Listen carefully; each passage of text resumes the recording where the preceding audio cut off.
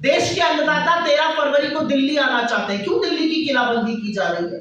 क्या दिल्ली सिर्फ दिल्ली में बैठे हुए हुक्मरानों का है?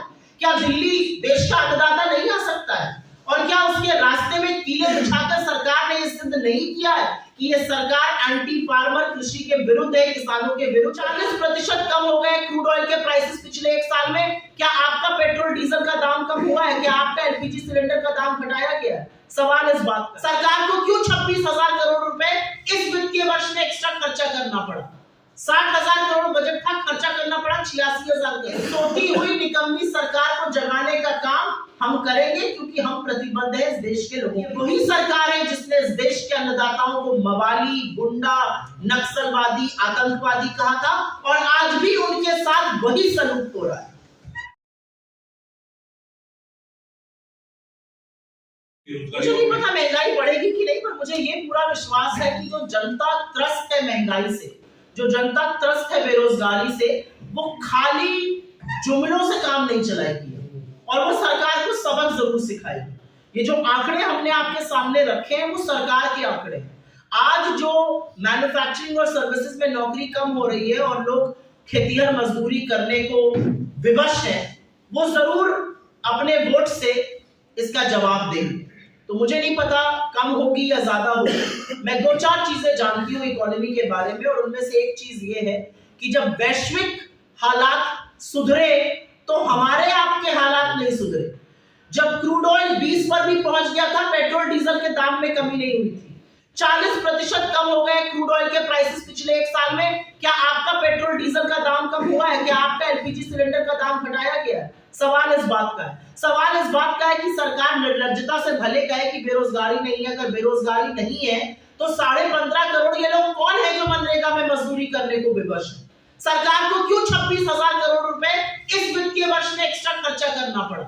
60,000 करोड़ बजट था, खर्चा करना पड़ा 86,000 करोड़। और अभी तो सिर्फ रिवाइज्ड आंकड़े बता रही हूँ, एक्चुअल्स नहीं, एक्चुअल्स से ज्यादा हो गया।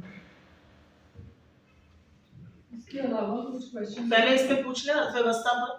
मुझे लगता है सरकार का कच्चा चिट्ठा जानना और सुनना जरूरी है।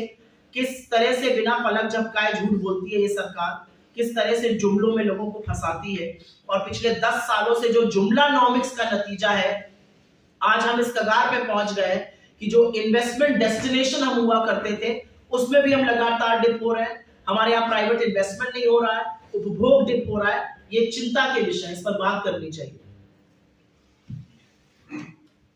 कोई और सवाल अगर इसका ना हो तो फिर मैं बाकी सवाल लूंगा। अशोक चौहान है, उन्होंने अपनी प्राइमरी सदस्यता से इस्तीफा दे दिया है। इस तरह की अटकलें कयास लगाए जा रहे हैं कि वो भी भारतीय जनता पार्टी ज्वाइन कर सकते हैं। आपके पूर्व मुख्यमंत्री हैं, कांग्रेस पार्टी के बड़े कद्दावर नेता हैं, एक के बाद एक कांग्रेस पार्टी को लोग छोड़ रहे हैं, कैसे इसको आप देखते हैं? क्या एक बड़ा झटका? मैंने पहले भी इस मंच से कहा है और आज दोबारा से मैं उस बात को दोहराती हूँ। मैं इस खबर की ना पुष्टि कर सकती हूँ और ना इसको डिनाई कर सकती हूँ, क्योंकि मेरे पास अधिकृत तौर पे कोई जानकारी इसकी नहीं है। लेकिन अगर आप जो कह रहे हैं वो सच है, तो मैंने इस मंच से पहले भी कहा है कि आज विपक्ष की राजनीति करना बहुत मुश्किल है।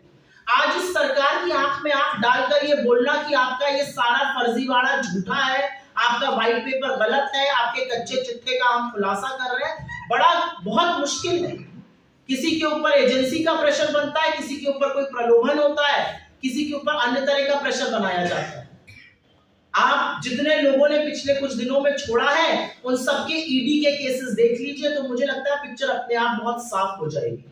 आज की तारीख में विपक्ष की राजनीति करना, आज की तारीख में विपक्ष की राजनीति मुस्तैदी से करना बहुत मुश्किल है, और वही कर सकता है जिसके अंदर कलेजा है, जिसके अंदर मादा है, जिसके अंदर शिद्दत है लड़ने की। जो सरकार से कहता है डाल दो जेल में, लेकिन तुम्हारी खिलाफत तो करूंगा और सच के लिए खड़ा रहूंगा। और मुझे ऐसा लगता है ये काम बखूबी से राहुल गांधी जी कर रहे हैं, जो सच के साथ खड़े हैं, जो मुस्तैदी से पुरजोर तरीके से ये लड़ाई लड़ सकते हैं, वो उनके साथ रहेंगे। अन्यथा जो जाएगा उसके ऊपर कोई ना कोई प्रेशर जरूर रहा होगा। लेकिन अशोक चौहान जी के साथ कुछ और विधायक खबर है जा सकते हैं, ऐसे में जो राज्यसभा के इलेक्शन होने हैं उसका समीकरण बदलेगा। मुझे नहीं, मैंने आपको पहले ही कहा मुझे अधिकृत इसकी जानकारी नहीं है, लेकिन जो आपने मुझसे सवाल पूछा कि इसका क्या नुकसान, नफा या नुकसान होगा, मैंने आपसे बताया। अब जो जा रहा है उसको हम हाथ पकड़ के रोक तो सकते नहीं, उसके ऊपर जरूर कुछ प्रेशर होगा। और प्रेशर जहां तक मुझे समझ में आ रहा है एजेंसीज का है, जितने लोगों ने छोड़ा उनके केसेस दोबारा से खोल दिए गए। जो वॉशिंग मशीन सरकार की है वो अपने लोगों के लिए खुल जाती है। अब इन सब के केसेस दब जाएंगे। 70,000 करोड़ का घोटाला रात को बताया जाएगा, सुबह लोगों के साथ हाथ मिला के सरकार बना लेते हैं मोदी जी। तो मुझे ऐसा लगता है कि लोगों को प्रताड़ित करके, लोगों के खिलाफ ईडी, इनकम टैक्स, सीबीआई की रेड करके इस तरह के काम हो रहे हैं। इसके बारे में और मुझे लगता है कि ये लोकतंत्र को क्षीण करता है, कमजोर करता है। लेकिन अब इसका आगे क्या प्रभाव होगा, इसको आने वाले दिनों में देखा जाएगा। जी मैम, कतर इशू को लेकर आपने भी पहले वीडियो भी रिलीज किया था। कांग्रेस पार्टी लगातार सवाल खड़े कर रही थी कि क्या वजह है कि इसमें डिले किया गया है गवर्नमेंट की तरफ से। अब जो ये एक्स नेवी ऑफिसर्स हैं उनको रिलीज कर दिया गया है, इस पे ऑफिशियल टेक क्या है कांग्रेस पार्टी का? और दूसरा मैम, शहजाद पूनावाला ने आप ही की वीडियो को रिट्वीट करते हुए बोला है कि अब क्या आप इसके बारे में कहना चाहेंगे, क्योंकि उस समय आपने सरकार पर सवाल खड़े किए थे इस वीडियो को लेकर।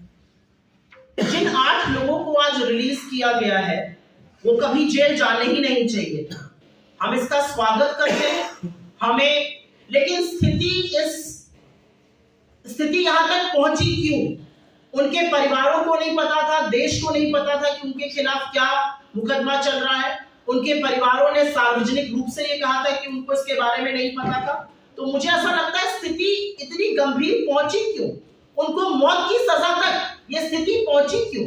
सवाल इस बात का है। कतर के साथ हम 50 वर्ष के लोकतांत्रिक रिलेशंस, बायलैटरल रिलेशंस की एनिवर्सरी मना रहे हैं, और हमारे लोगों को क्यों इस हद तक ये बात क्यों पहुंची जहां पर ऐसा करना पड़ा? मुझे ऐसा लगता है, मैं बहुत शुक्रगुजार हूं कि हमने इस मंच से इस बात को उठाया, सोती हुई सरकार को जगाया, क्योंकि सरकार में हमारे सांसदों ने भी सरकार को जगाने की चेष्टा की थी सदन में, तब सरकार ने इसकी अनदेखी करी थी। अगर सरकार ने समय रहते कार्रवाई की होती तो ये जो 2-3 महीने असमंजस के थे, जहां पर उनको मौत की सजा सुनाई गई, जहां पर हमको ज्यादा कूटनीति करनी पड़ी, उनको वापस लाना पड़ा, हर बार आप विफल होंगे और फिर अगर कोई सलूशन निकल आएगा तो आपकी जीत होगी। मुझे बहुत खुशी है कि मैं उस पार्टी का हिस्सा हूं जिसने इस मुद्दे को मुस्तैदी से उठाया, और मुझे बहुत खुशी इस बात की कि मैंने इस मुद्दे को उठाया और आगे भी उठाते रहेंगे। इस सोती हुई निकम्मी सरकार को जगाने का काम हम करेंगे, क्योंकि हम प्रतिबद्ध हैं इस देश के लोगों के लिए। सुप्रिया जी, क्या भारत जोड़ो यात्रा, जो भारत जोड़ो न्याय यात्रा चल रही है, उसका ड्यूरेशन कुछ कम किया गया है? नहीं, मुझे नहीं लगता इसकी कोई अधिकृत जानकारी है। कुछ लोगों ने रिपोर्ट किया है, जयराम जी ने अभी थोड़ी देर पहले प्रेस कॉन्फ्रेंस में भी कहा है कि इसकी कोई पुष्टि नहीं है, ऐसा कोई अभी तक प्रपोजल नहीं आया है। और कोई सवाल? मैं किसानों का जो भारत चलो जो मार्च चल रहा है, कांग्रेस पार्टी कैसे देखती है? क्योंकि हरियाणा के कई जिलों में इंटरनेट सस्पेंड कर दिया गया है और बहुत ही अजीब परिस्थिति है ऐसी वहाँ पे दिल्ली की। अपने आप को किसानों की हितैषी कहने वाली मोदी सरकार ने किसानों के स्वागत में सड़कों पर कीले बिछवा दी हैं, सीमेंट की चट्टानें लगवा दी हैं, इंटरनेट बंद कर दिया है, मोबाइल फोन कई जिलों में बंद कर दिया गया है। खूब स्वागत किया जा रहा है किसानों का, और इन किसानों का कसूर क्या है? ये अपनी सरकार से बात करना चाहते हैं, ये सरकार से पूछना चाहते हैं कि जिस एमएसपी का फर्जी वादा किया था उसका हुआ क्या। ये पूछना चाहते हैं कि अभी भी एनएसए के अंतर्गत हमारे खिलाफ मुकदमे क्यों चल रहे हैं। ये पूछना चाहते हैं कि जो आय दोगुनी करने की बात थी उसका क्या कर रहे हैं। इन किसानों को इंसाफ देने के बजाय सरकार ने इन किसानों के खिलाफ एक षड्यंत्र रचा है। ये वही सरकार है जिसने इस देश के अन्नदाताओं को मवाली, गुंडा, नक्सलवादी, आतंकवादी कहा था, और आज भी उनके साथ वही सलूक हो रहा है। देश के अन्नदाता 13 फरवरी को दिल्ली आना चाहते हैं। क्यों दिल्ली की किलाबंदी की जा रही है? क्या दिल्ली सिर्फ दिल्ली में बैठे हुए हुक्मरानों का है?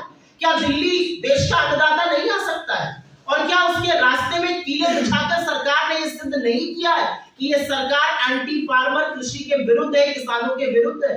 उन किसानों से जिनसे आपने डीजल की कीमतें वसूल करी, जिसके ऊपर आपने जीएसटी लगाया, जिसके ऊपर आपने एनएसए के तहत मुकदमे लगाए, और आज जब वो कहते हैं कि बात कीजिए हमसे, एमएसपी का झूठा वादा आपने किया, आपने कहा एमएसपी की कमेटी बन रही है, कहां है वो कमेटी?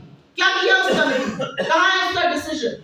750 किसानों की शहादत से जिस सरकार के हाथ खून से रंगे हैं, आज सरकार फिर उन किसानों के साथ वही षड्यंत्र रच रही है।